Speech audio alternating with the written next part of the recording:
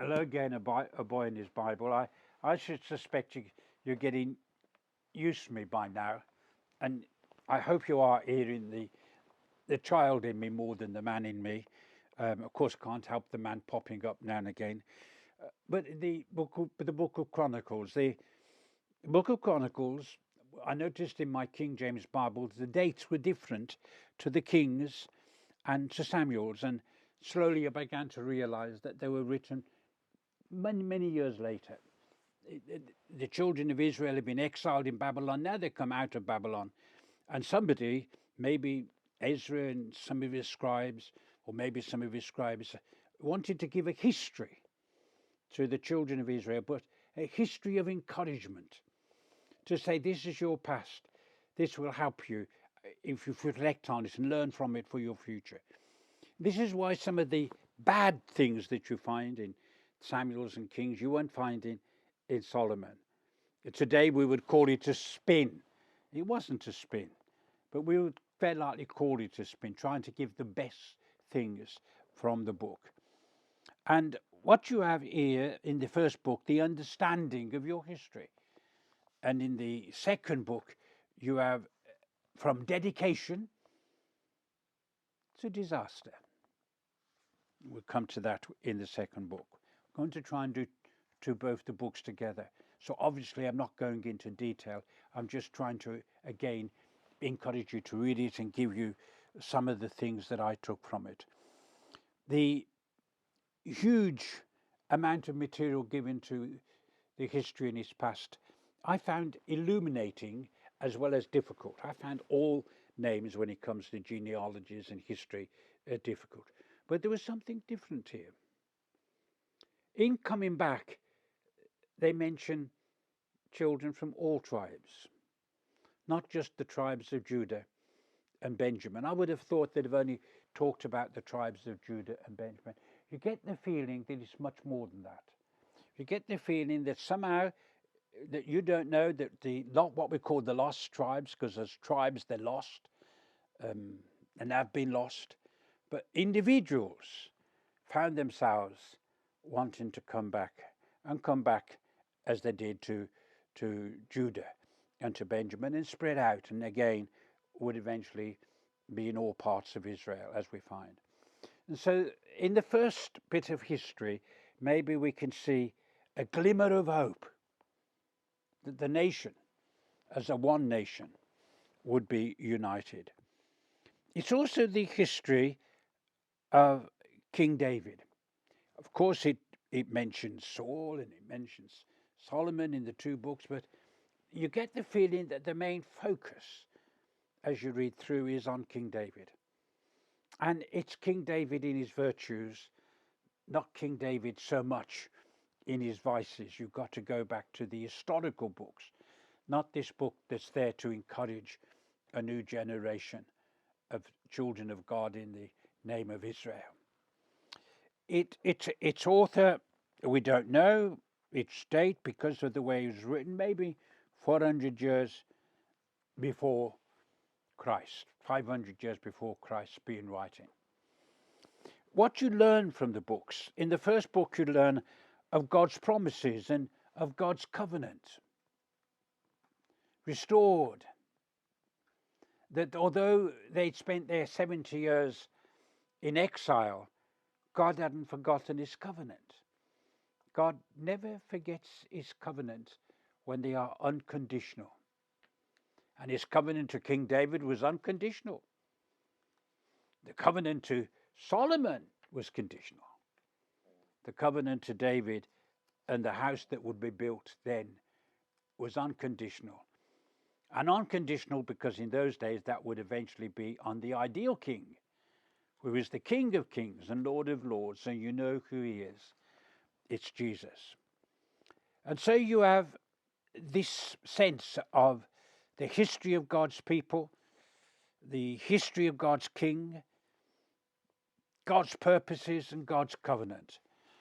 You also have God's temple, Temple of Solomon.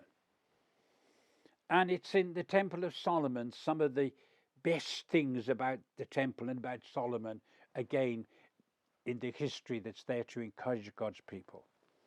You also have a lot about God's people. God's people come up a lot more. You can see it's a history that wants to mingle, not to be kept in a separate library just for the privileged few, but a document for more people. Indeed, the documents from Ezra onwards seem to be much more for the people.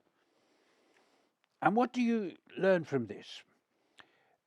Now, who is willing to consecrate himself today to the Lord is what is said in this book. Who is willing to consecrate himself to the Lord? That's the first book of, and maybe that's it. Maybe that's the purpose.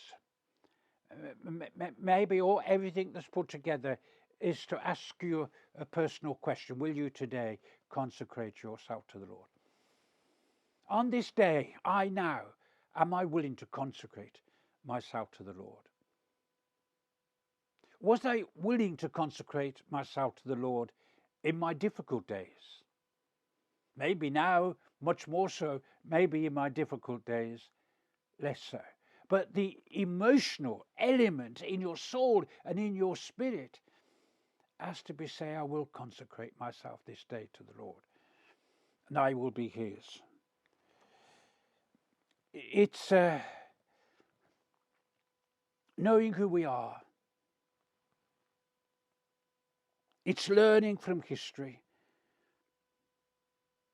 I often think in our church life we don't learn an awful lot from our history.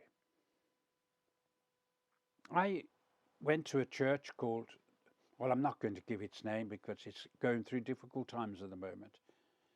But I went into this fellowship where the men there, 10 years before I went, had decided to buy a plot of land and to build themselves a chapel. And when I went there, with a great revival, people being converted, I'm pleased to say I became part of that and people being taught. And I had the privilege for the first time of baptizing people myself when I was in that particular church. And the people further down the line, I think, forgot their foundation and their people and their devotion, their unity, their commitment, their gospel effort, and the atmosphere that they created as a group. I had the privilege of also going back there many times because my wife started a movement called Homemakers Special. And after 40 years, I think it was, I had the privilege to go back and talk to the new group. And in that time, I realized that the church wasn't what it was at its beginning. How many churches started well, but don't finish quite so well? Yes, we are there to learn from history. Also, to learn that we need one another. David had his weaknesses. In this book, you see he is dependent upon so many other people. He needed other people. He needed people around him. If you become a football manager in England, quite often you take a team of workers with you to work in the office, to work in the field, to work in the training, to work in selecting and finding new talent, and so on and so forth. You need people. And if there's a lesson from the Chronicles, is that we need one another. And also that there's a sense in which we're planning for the future. And that's what David was doing, planning for the future. Maybe he wanted to build a house for God out of his planning for the future. Maybe he wanted to make sure Solomon was being ready to be a king. He was planning for the future.